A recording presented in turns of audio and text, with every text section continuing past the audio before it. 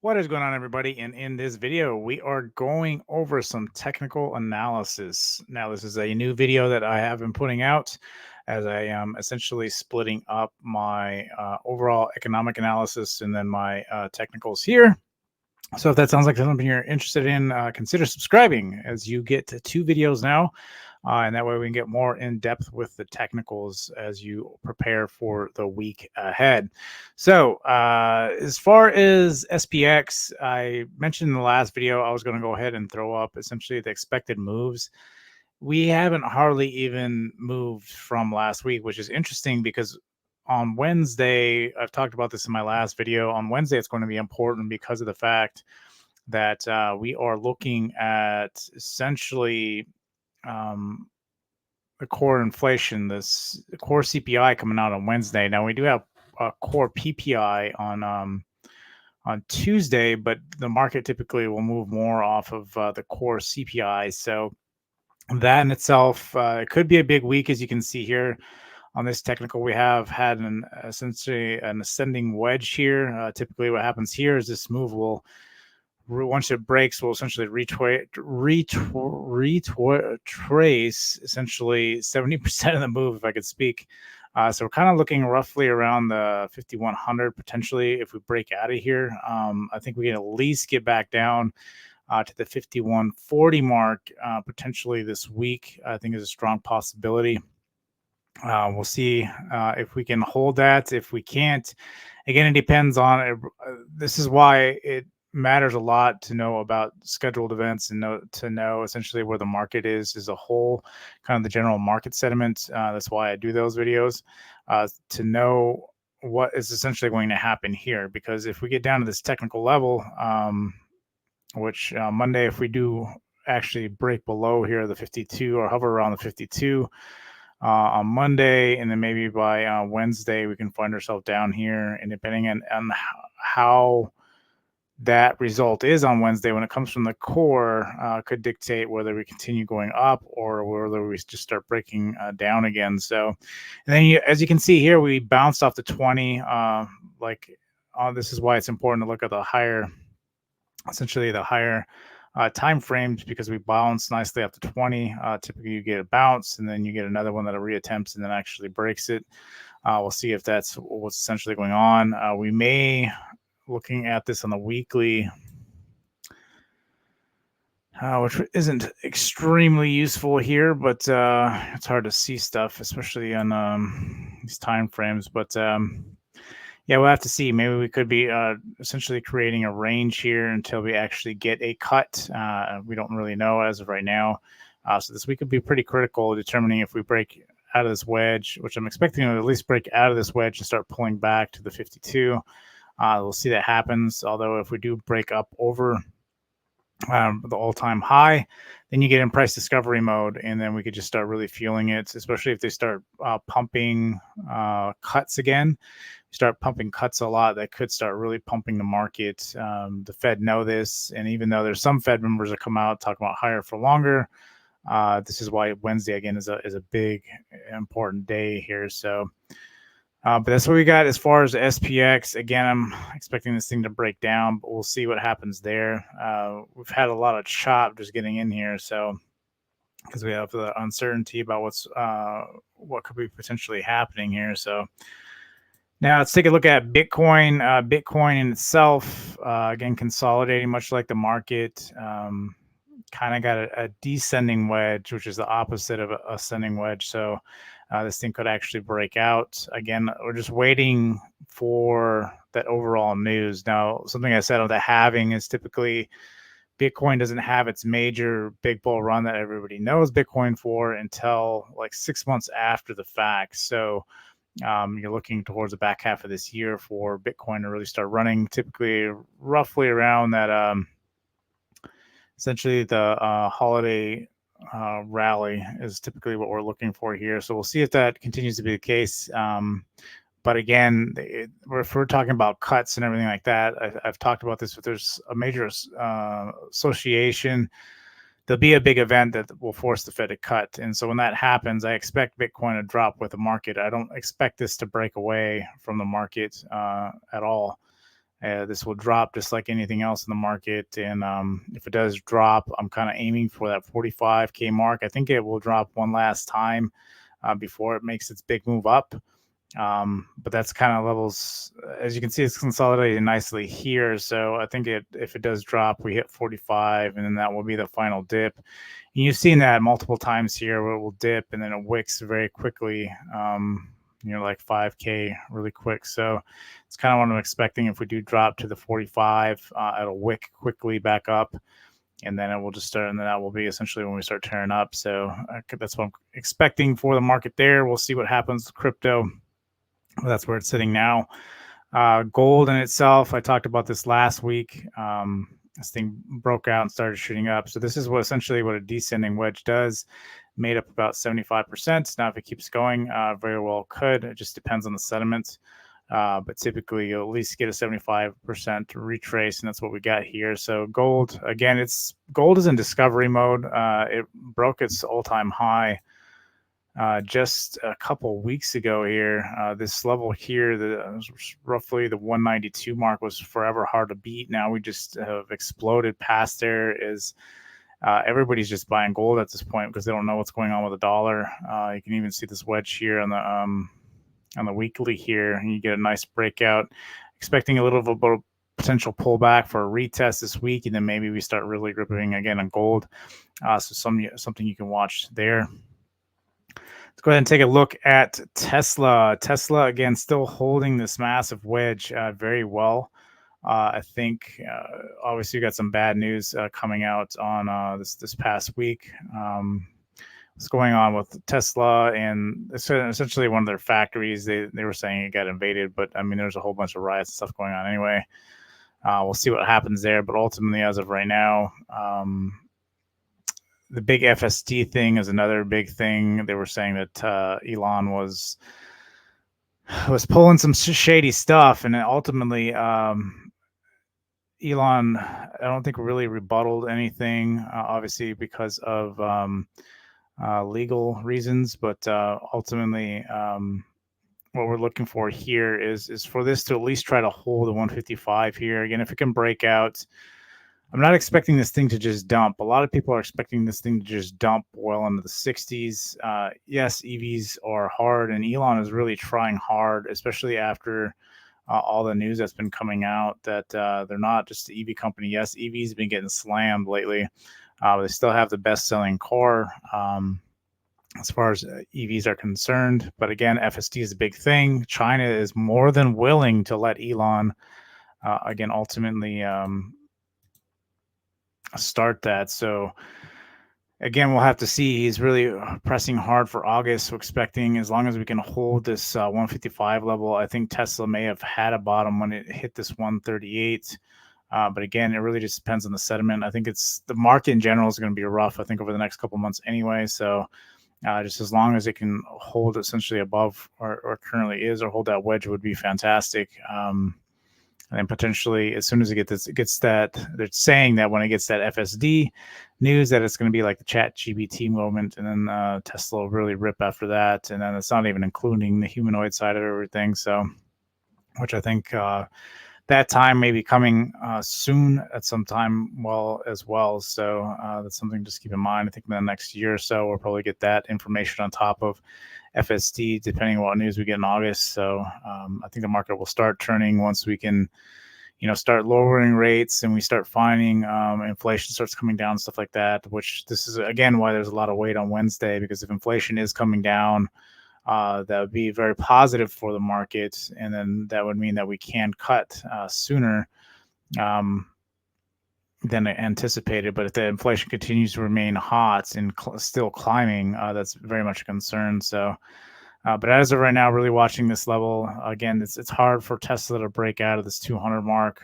But again, that bigger wedge is going to be harder to break out of. I wouldn't be surprised, much like it did before it had its massive run back in, I think it was 2020, 2021. It consolidated for a long time. And I think we could potentially see that going into the back half of the year, where we can, as you can see here, we're starting to get a lighter half of the year. We might actually start breaking out here, which August, you're seeing August here. we'd essentially getting close to the wedge breakout, and in the back half of the year really start ripping. So if you are invested in this would definitely be a much longer hold, at least for the next year. But I think it will have a very explosive move here sometime at the end of the year. And then Palantir did very well on its earnings, but again, forward guidance not looking so hot. It has been holding this. I've been showing this wedge here, so it's been holding this.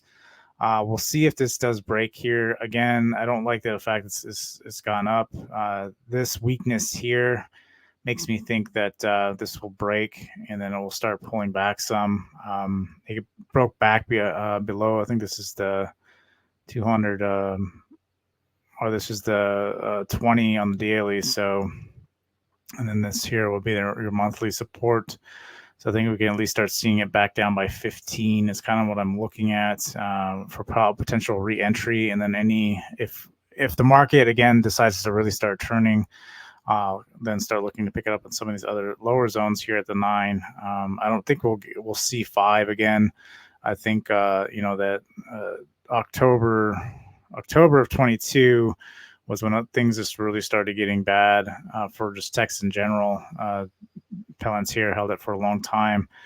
Palantir really doesn't have much of a major move here unless it's these have all been like major earnings. They've had these massive rockets up, except for this one, which again, forward guidance has been what's taking down a lot of these stocks, which means the market in general typically turns over if that does happen. So, but watching this level again, it's 220 right now. I think the high side here could potentially even get up to 30, but getting closer to that top range. So I wanted this thing to pull back more before we even started buying back into this. And like I said, the 15 is kind of what I'm aiming at, but we'll see there.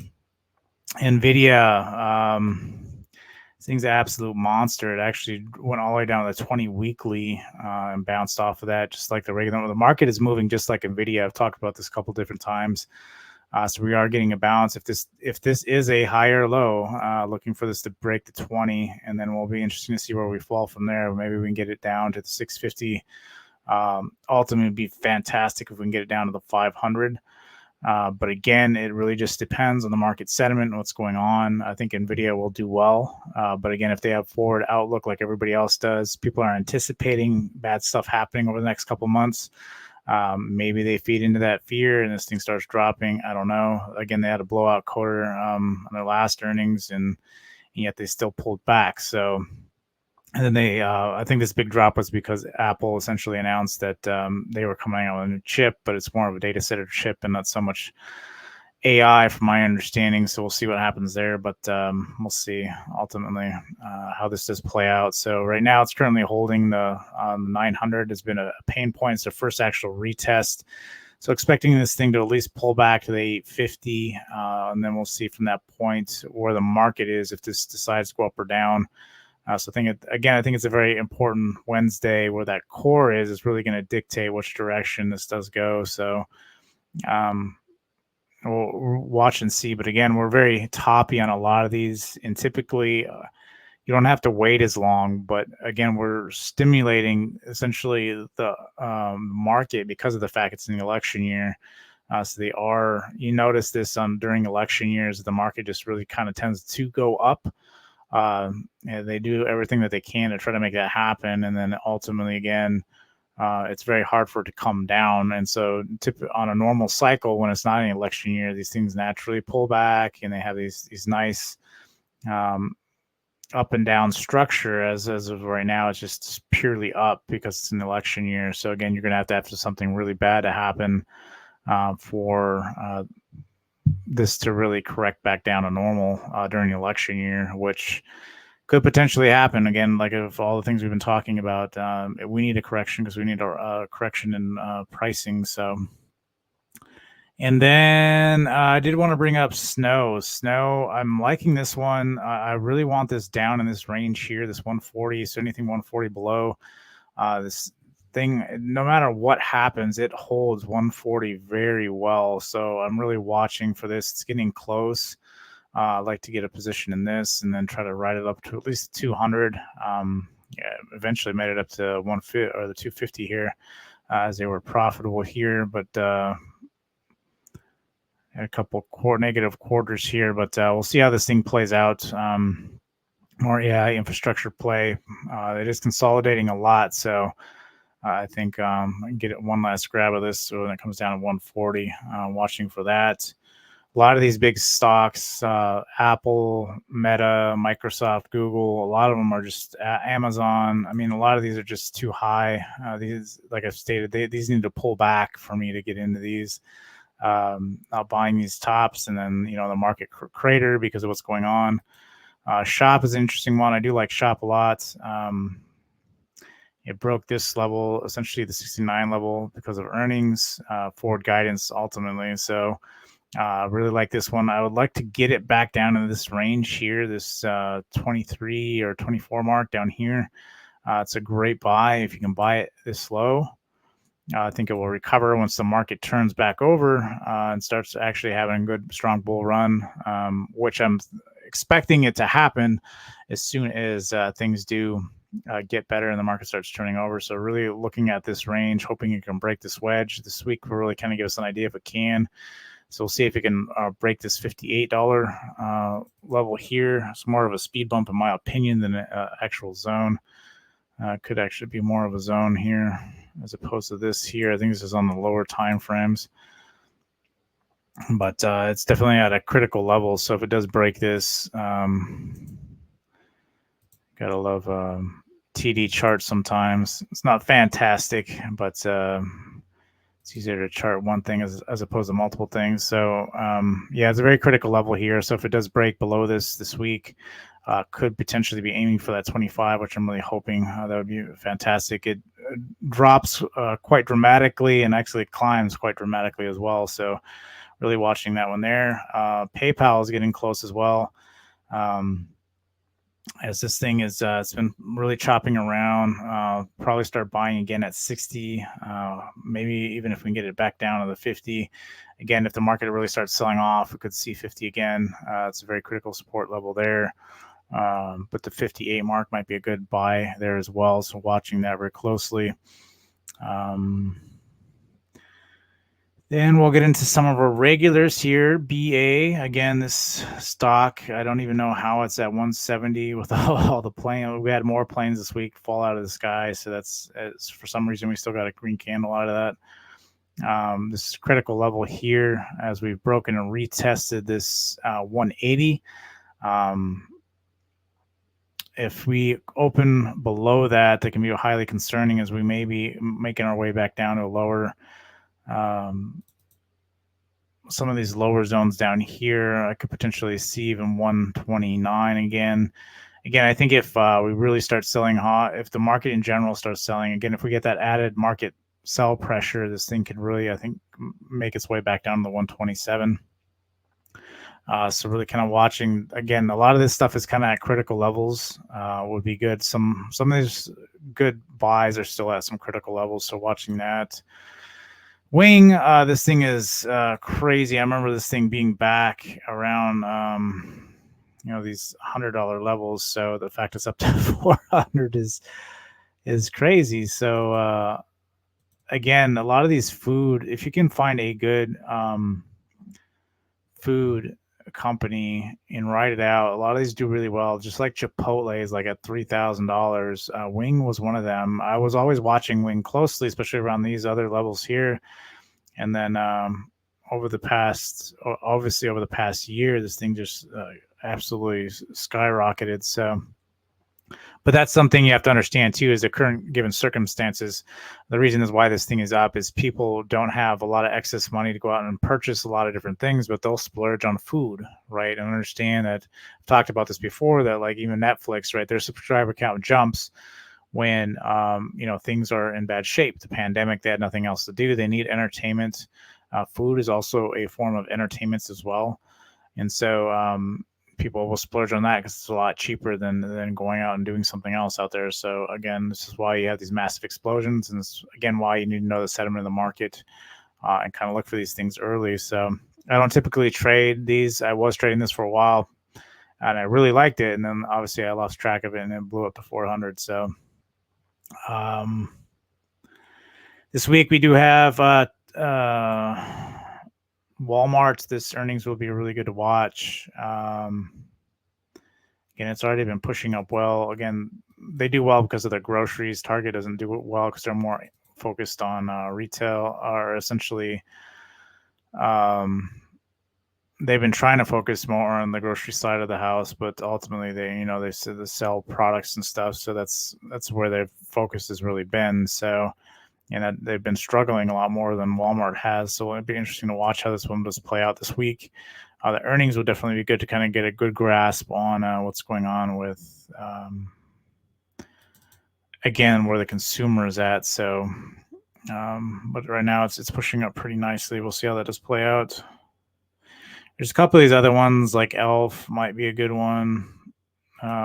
If we can pull back further, I'd really like it better, roughly around the $100 and buying up at this level. This 128 isn't too bad, but again, probably better if we can get it roughly around the 100 mark. Again, when I like to start buying, I like to look at least 2 zones below where it currently is, especially when you get these massive runs like this. Then it feels safer to buy that secondary zone from this one here. Now you'll get a nice bounce off of this, but ultimately I think the better value is further down this way. So, and then we have JPM, the Bank of Banks, the Bank of the U.S. This thing is still flirting with all-time highs. We'll see. Again, it's highly dependent on rates at this point. I think unless we get some really bad news, this thing is going to continue to remain high. It doesn't move a lot. Even on the expected move, it's not expecting to do anything. A lot of these may not move at all until the next earnings cycle unless we get some sort of news. Again, you are in May. You have to remember that. So it's buy in May or sell in May and go away. So again, playing this nice tight range between 200 and 187. So continue to watch that and see how it does. But that's pretty much the charts. Again, the charts are much quicker. Times like this, I'm going to say this. Times like this, I don't typically stare at the charts because staring at the charts isn't going to make anything happen. So typically you want this massive move that we've had essentially from when we've paused till now. Even the JPM is the same way if you look at the general market, but we paused back in October, and that has essentially caused this massive run up. And again, until we get some sort of news where we price in a recession, that won't change, right? The market will continue to push up and the anticipation for better things to happen. But then again, there's new fear around what's actually going on, and that will correct the market, take back at least 50% of this move, and then go from there. So that's why they continue to try to make it grind up, and that's what we've seen on the SPX. Is it's just grinding up right now. It's not a nice bull market right now because things in the background are actually really bad. So again, we'll continue to watch and we'll continue to see. So again, this financial advice. Have a great day. Drop a like, and I'll see you guys on the next one.